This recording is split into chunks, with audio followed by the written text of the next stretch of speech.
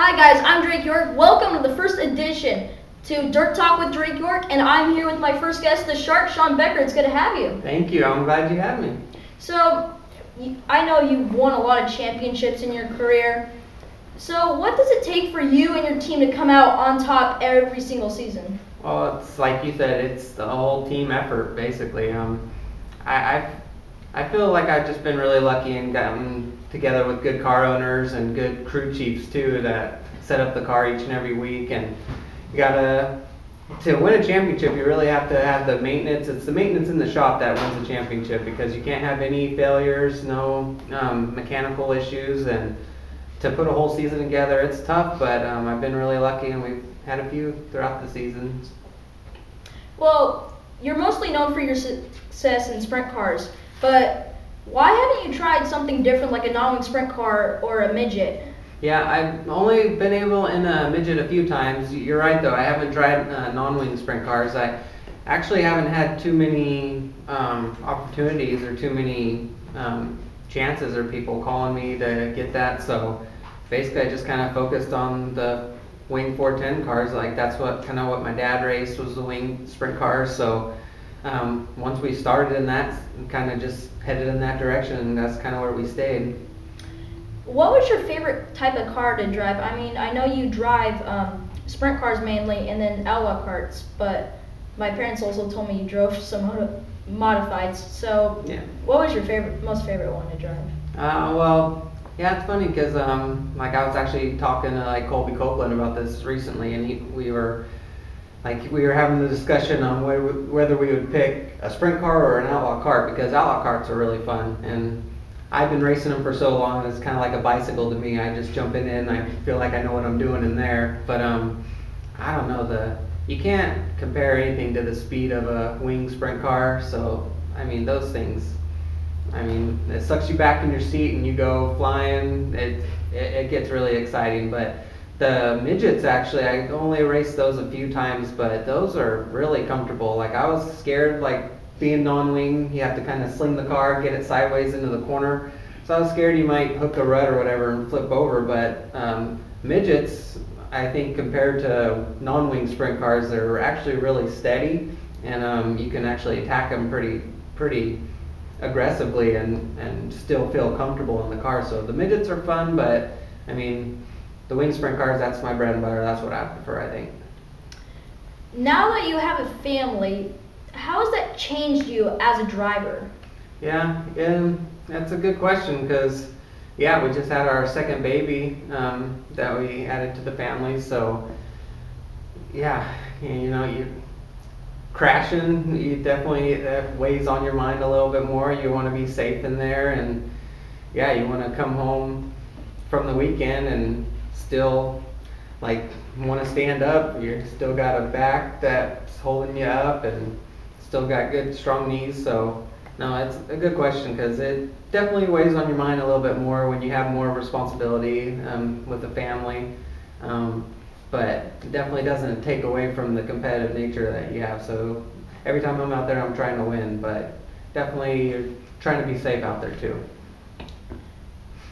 How did you get the nickname the Shark? I mean, it's all over your t-shirts. I actually have one of your old t-shirts from, I forgot what year it was, but it has that shark fin coming out of the wave. Yeah, that's my favorite shirt. Who brought that up, and where'd that come from? Well, it's funny. I think I actually probably saw your parents at this Calistoga race. We went to an outlaw race.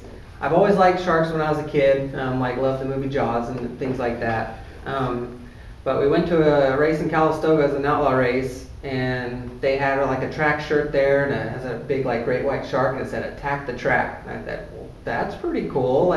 That's a great philosophy to have. You get out there in a race car and you attack the track. I just thought that was the coolest thing I ever heard. So I said, hey, my first name starts with S, Sean, Shark, and that kind of works together. And I love sharks, so yeah, I kind of stuck from there. Like back when I raced outlaw karts. The announcer back then, I think, was Rich Carroll, and he used to say, "The shark is on the hunt" when I would be coming up through the pack. So I always got a big kick out of that, and the name just kind of stuck ever since. What other sports are you interested in outside of racing? I love basketball. I try to play that as much as I can. Definitely getting older and getting a lot slower and stuff, but I still got a decent shot from the outside. So I love playing basketball. When I was a kid, I played football and I played baseball and stuff like that, but it's kind of hard. We do have like a rec league in the city that I live in for flag football, so I have a few buddies that we play that every now and then. But no, basketball is definitely my sport. I love playing basketball. I love watching basketball, football. So yeah, those are kind of my sports. At the showcase, your grandpa George was the Grand Marshal, and your brother Daniel Becker won the A feature. How big of a night was that for your family? It was huge, especially for my brother. Buckwheat he struggled all season long. I think he only made a couple of main events that year. So like he just came off like a career year at Red Bluff. He had like 4 wins or something like that. That's probably the best he's ever done out of all the years that we've been going there. But goes to Cycleland, and I think when the older we get, the heavier we get, and it's a struggle to kind of keep up with all those young, light, super fast kids out there. So we get to Cycleland, and it was a struggle, and Daniel struggled, and then we go to the showcase, and me and him both qualified real well. We did good in our heats, and he started like 3rd or 4th row or whatever, and ended up winning the thing. So that was huge for him. It was an honor for Mike Larson and Janet to allow my grandpa George to be the Grand Marshal for that race. So like that was real special. They've always been real super nice to our family, and they really like Grandpa George a lot. So to do that was a big honor, and then to cap it off, did Daniel get the win? Yeah, it was a huge night. It was a lot of fun. There was a ton of people out at Cycling. I've never seen that many people there before. So it was a great night. It was wonderful.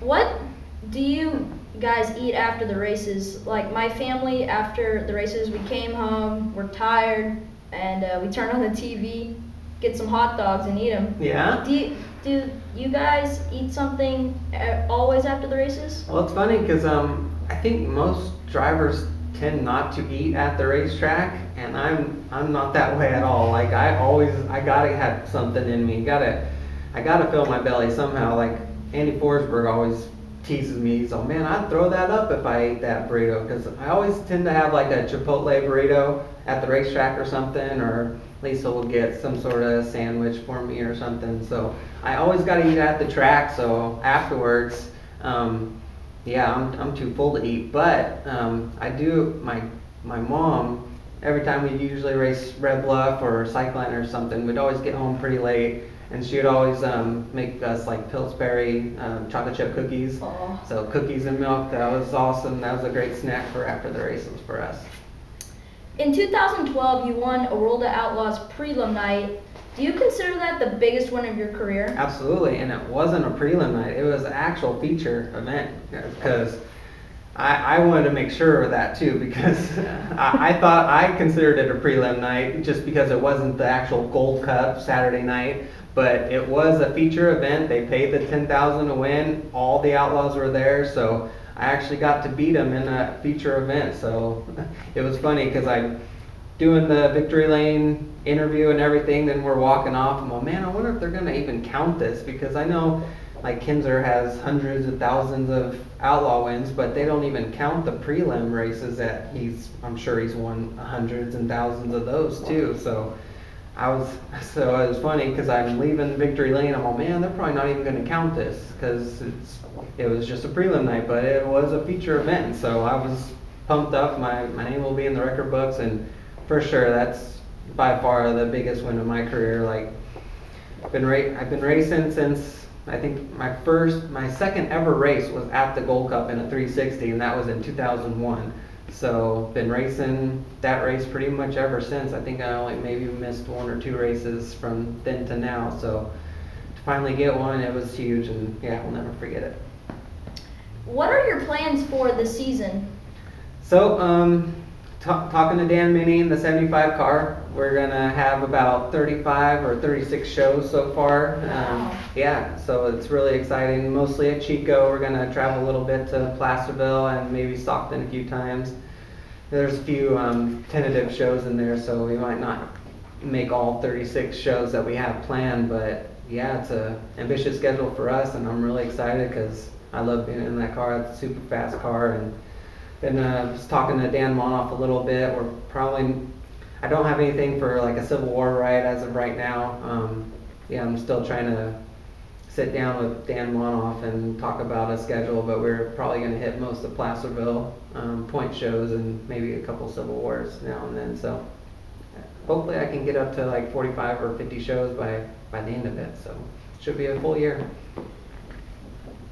So you and Handy Forsberg have had a rivalry for the championship for many, many years. What do you got for him this year? I got all he can handle is what I got. We're gonna give him all we have, man.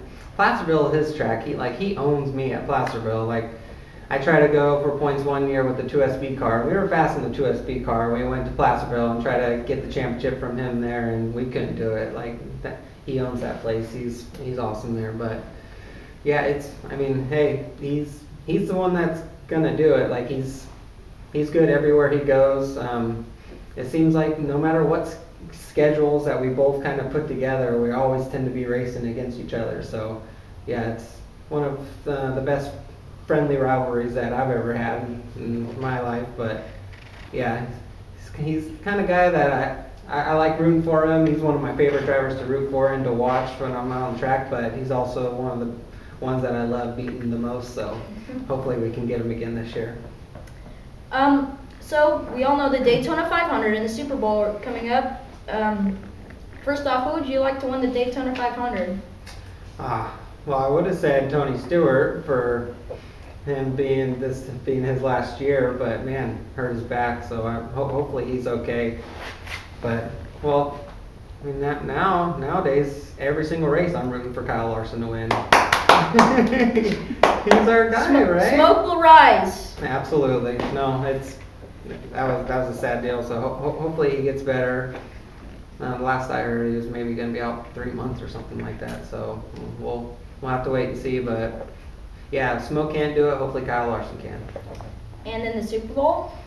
Super Bowl. See, it's funny because I was talking to one of my buddies, and I think we're showing our age because we're both kind of rooting for Peyton Manning. This might be his last season, so I like to see Peyton Manning get one before he goes out. But I think if you're not cool if you're not rooting for Cam Newton because he's fun to watch. He's been very entertaining. So I think we're showing our age rooting for Peyton Manning this year. But hopefully he can do it before his career's over. Yeah, and that's going to wrap up our show today. This show has been presented by Mike Smith at Kimball Midwest, Shad Trucking, Smith Racing, Roberto Marquez, Attorney at Law, Pedersen Motorsports, Pappenhausen Automotive, and Kevin Sheriff Designs. I hope you enjoyed this show, and we'll see you next time. Thank you, Sean.